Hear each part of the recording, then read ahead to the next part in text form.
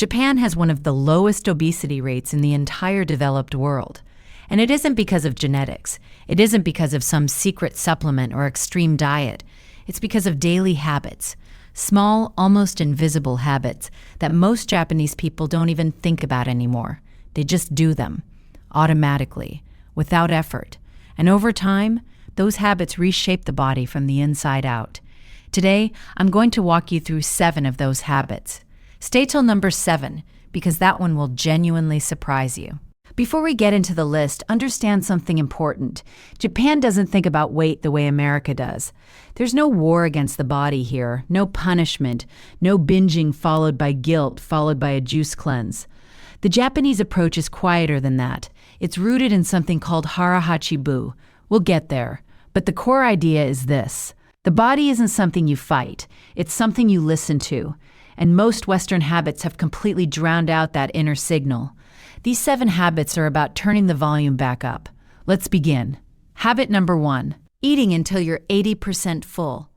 This is hara-hachi-bu, and it's been practiced in Okinawa, one of the world's famous blue zones, for centuries. The phrase itself traces back to Confucian teachings. 8 parts of a full stomach sustain the man. 2 parts sustain the doctor. That's how old this idea is. Here's what it actually means for your body. When you eat, the signal of fullness travels from your gut to your brain. But that signal takes roughly 20 minutes to arrive. So if you eat until you feel completely stuffed, you've already eaten past the point of satisfaction by a significant margin. Every single meal, every single day, the Japanese habit of stopping just before full means you're constantly eating in alignment with what your body actually needed, not what your plate suggested. The mechanism here is worth understanding more deeply. Your stomach contains stretch receptors that signal fullness, but they work on a delay. Your intestines release hormones called peptides that communicate satiety to your brain, but these travel through the bloodstream and take time to register. Your blood glucose rises as food is absorbed, and this rise eventually triggers leptin release from your fat cells, which signals the brain that energy is adequate. All of these signals are real and accurate. They're just not instantaneous. The Japanese understood this long before modern neuroscience confirmed it. By stopping at 80%, you're actually eating the amount your body needs. You're just giving the signal time to catch up with your actions. The gap between true fullness and the feeling of fullness is where most excess eating happens in the Western world. The shift. Eat slower. Put your chopsticks or fork down between bites. Check in with yourself halfway through the meal. That quiet pause is everything. It's not a trick. It's a recalibration. Your body already knows when it's had enough. Hara-hachi-bu just teaches you to hear it again. Habit number 2. And this one lives in the kitchen, in the philosophy of how food is even prepared.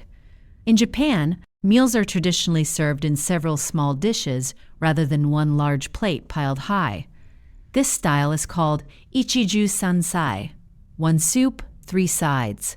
It sounds simple, but think about what it actually does to your eating experience. Your eyes see many dishes. Your brain registers abundance, and because each portion is small, you naturally eat less of any single thing while feeling completely satisfied by the variety. Contrast that with the Western plate. 1 giant portion of 1 or 2 things. You eat the whole thing because it's there, because stopping halfway through a large single portion feels wrong. Wasteful even.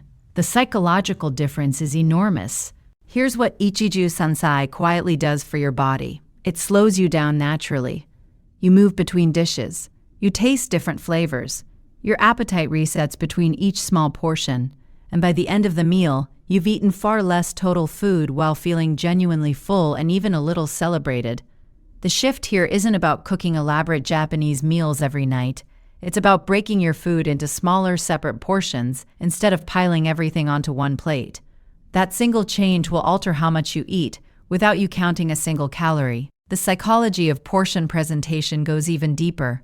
When food is served on one large plate, your brain uses the plate as a reference point for normal consumption. A completely full plate looks right, correct, complete. Your brain gets a satisfaction signal just from seeing all the food present, and it interprets finishing the plate as the natural endpoint. But when that same amount of food is distributed across multiple smaller dishes, the visual cue changes entirely. Your brain no longer has a unified plate to reference. Instead, it has multiple smaller portions, each of which looks appropriately sized for a few bites. You finish one and naturally pause before moving to the next. That pause is where hunger recalibration happens. The shift in satiety between finishing one small bowl and starting another gives your body time to update its fullness signals. Habit number 3 is about what Japanese people drink, and more specifically, what they don't drink. Walk into a convenience store in Japan. Look at what people are carrying out.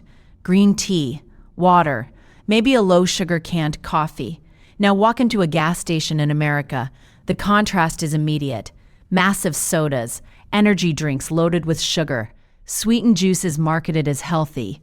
Japan's relationship with beverages is fundamentally different. Green tea, particularly matcha and sencha, is consumed throughout the day. Not just at meal times, it's the default drink. The way Americans reach for a soda, Japanese people reach for hot tea. And this matters enormously for belly fat specifically. Green tea contains compounds called catechins, EGCG in particular, and research has repeatedly shown that regular green tea consumption supports fat metabolism, especially around the abdominal region. But beyond the chemistry, think about the liquid calories you consume daily. A sweetened coffee drink, a soda at lunch, a juice in the afternoon. Those add up to hundreds of calories your body never registers as food. You don't feel full from them, you just store them.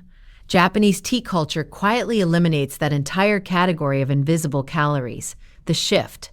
Replace one sweetened drink per day with plain green tea. That's it. Start there. You don't need to overhaul everything at once. The beverage difference extends beyond just calorie counting. When you drink something sweet, your blood sugar spikes, triggering an insulin response. Your pancreas works harder. Your cells absorb glucose. Then your blood sugar crashes. That crash creates actual hunger signals, even if you just consume significant calories. You feel hungry again within an hour. Your body is genuinely hungry at the cellular level because the sugar rush depleted your blood glucose rapidly. Green tea, by contrast, has essentially zero impact on blood sugar. No spike, no crash, no compensatory hunger signal. So you genuinely eat less throughout the day, not because you're restricting, but because your blood sugar never crashed in the first place. Habit number 4. And slow down here because this one is more psychological than physical. In Japan, there's an unspoken cultural value around not eating while distracted. No eating at your desk while answering emails. No scrolling your phone through dinner. No standing over the sink finishing leftovers. The meal is the activity, period. This concept connects to something called ma, the Japanese appreciation for intentional space and presence. When you eat with full attention, something measurable happens in your body. Your digestive system activates more efficiently. Your satiety hormones fire more accurately. You actually taste what you're eating, which means you feel satisfied with less of it. Compare that to eating in front of a screen. Research on this is consistent and frankly a little alarming. Distracted eaters consume significantly more food per meal. They also feel less satisfied afterward and eat again sooner. Your brain doesn't process the meal as a real eating experience when your attention is split, so your body sends hunger signals again faster. You don't even realize it.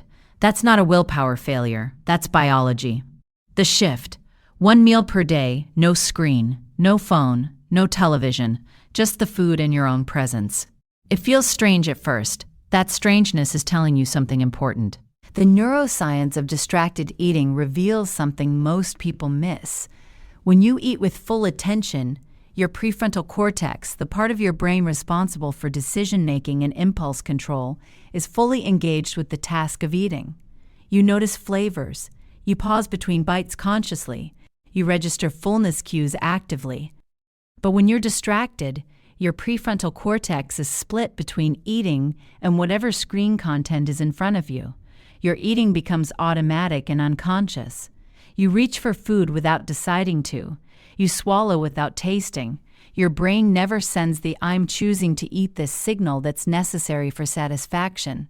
So you finish the meal feeling like you haven't eaten at all. You're physically full but neurologically hungry. Japanese dining culture prevents this by making eating itself the undivided activity. Habit number 5 is hiding in something you've probably walked past 1,000 times without noticing.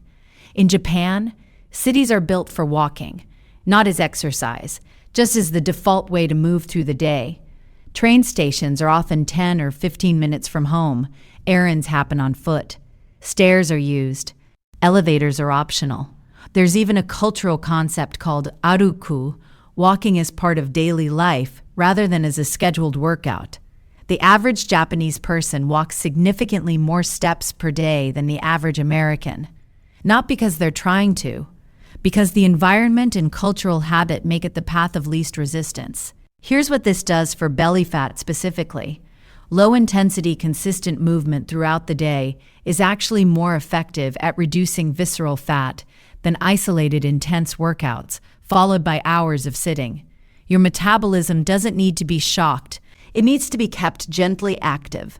The long stretches of complete stillness that define most American days are genuinely damaging in ways that even a hard gym session can't fully undo. The shift. Walk somewhere you normally drive. Take stairs once a day. After dinner, take a 10-minute walk.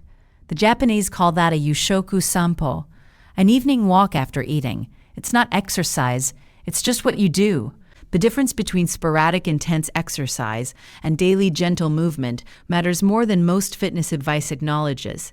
When you sit for 8 hours, then do a 30-minute workout, then sit for another 6 hours, your body spends most of its time in a sedentary state. The workout creates a metabolic spike, but it's followed by long periods of metabolic suppression. Your body adapts to the pattern of long stillness, punctuated by brief intensity. But when you move consistently throughout the day, your metabolism never fully settles. It stays slightly elevated all day. Your mitochondria stay engaged. Your insulin sensitivity remains better. Walking for 10 minutes after meals is particularly effective because it prevents the blood sugar spike that follows eating. Your muscles absorb glucose without requiring an insulin surge. Habit number 6. And this one connects food directly to the nervous system in a way most people completely miss. In Japan, the act of eating is often preceded by a simple ritual. Hands together. Eyes down. Itadakimasu. I humbly receive. It takes 3 seconds. But those 3 seconds do something real. They signal a transition. Your body shifts out of stress mode and into a state of rest and digest. Your cortisol drops slightly. Your parasympathetic nervous system activates, and that matters because cortisol, your primary stress hormone, is directly linked to abdominal fat storage, not loosely linked. Directly. Chronically elevated cortisol tells your body to store fat specifically around the midsection as an emergency energy reserve. Most Americans eat while still mentally at work, still stressed from the commute, still carrying the tension from the meeting that ended 5 minutes ago. Your body is flooded with cortisol, and you're asking it to digest a meal at the same time. It stores fat instead. A simple pause before eating isn't a spiritual performance. It's a physiological reset. You don't have to say itadakimasu. But the intentional pause, the breath, the signal to your nervous system that the meal is now beginning, that the stress is paused, that's the habit, the shift. Before your next meal, stop for 10 seconds. Breathe. Put your phone face down. Let your body know it's safe to eat now. The cortisol fat storage connection is particularly relevant to belly fat. When your body senses chronic stress, it prioritizes survival. It positions fat stores near your organs, in your abdominal cavity, where it can be mobilized quickly if needed. This visceral fat is metabolically active and inflammatory. It's the dangerous kind, but it's also your body's logical response to perceived scarcity or threat. By eating in a relaxed state, you're actually signaling safety to your nervous system. The parasympathetic nervous system, activated by that pre-meal pause, also enhances digestion. Your stomach acid increases. Your digestive enzymes work more efficiently. Your body doesn't just digest less defensively. It digests better. Habit number 7, and I promise this one would surprise you. It's not about food at all. In Japan, there's a deeply held cultural relationship with sleep that's almost opposite to the badge of honor that exhaustion has become in America. But here's the part most people don't know. Traditional Japanese rest culture includes something called inamuri. The accepted practice of resting or even briefly sleeping in public spaces, on trains, in waiting rooms, even sometimes in meetings, it's not seen as lazy. It's seen as evidence that you are working hard and taking care of your body's needs without shame. The cultural permission to rest, to actually rest, is built into daily Japanese life in ways it simply isn't in the West. Here's why this connects directly to belly fat. Sleep deprivation elevates ghrelin, the hunger hormone, while suppressing leptin, the fullness hormone. This is not a small effect. Even one night of poor sleep measurably increases hunger the following day, specifically for high-calorie, high-sugar foods. And chronic sleep debt creates the same cortisol-driven fat storage pattern we talked about in Habit 6, amplified. Your body under chronic sleep stress hoards belly fat as survival insurance. You can follow every other habit on this list and still struggle with abdominal fat if you're regularly sleeping less than 7 hours. Your biology will fight you at every meal. The Japanese concept of rest isn't weakness. It's structural maintenance. The shift. Give yourself permission to sleep. Not as a reward for finishing everything, as a non-negotiable daily habit. The Japanese don't optimize sleep into their schedule reluctantly. They protect it. Because a rested body doesn't hoard fat. A rested body trusts that it's safe, that resources aren't scarce, and it releases what it doesn't need. That release is exactly what harahachibu, ichiju sansai, green tea, walking, mindful eating, and the pre-meal pause are all quietly supporting every single day in Japan. None of these 7 habits require a gym membership. None of them require counting, tracking, or restricting. They don't ask you to war with your body. They ask you to listen to it. They ask you to slow down just enough to stop overriding every signal your body already knows how to send. Japan's low obesity rate isn't a mystery once you see the system. It's a culture that built trust between people and their bodies over centuries. Small rituals, consistent movement, real rest, food treated as an experience rather than a transaction. The belly fat isn't the problem. The disconnection is. And these 7 habits are 7 ways back,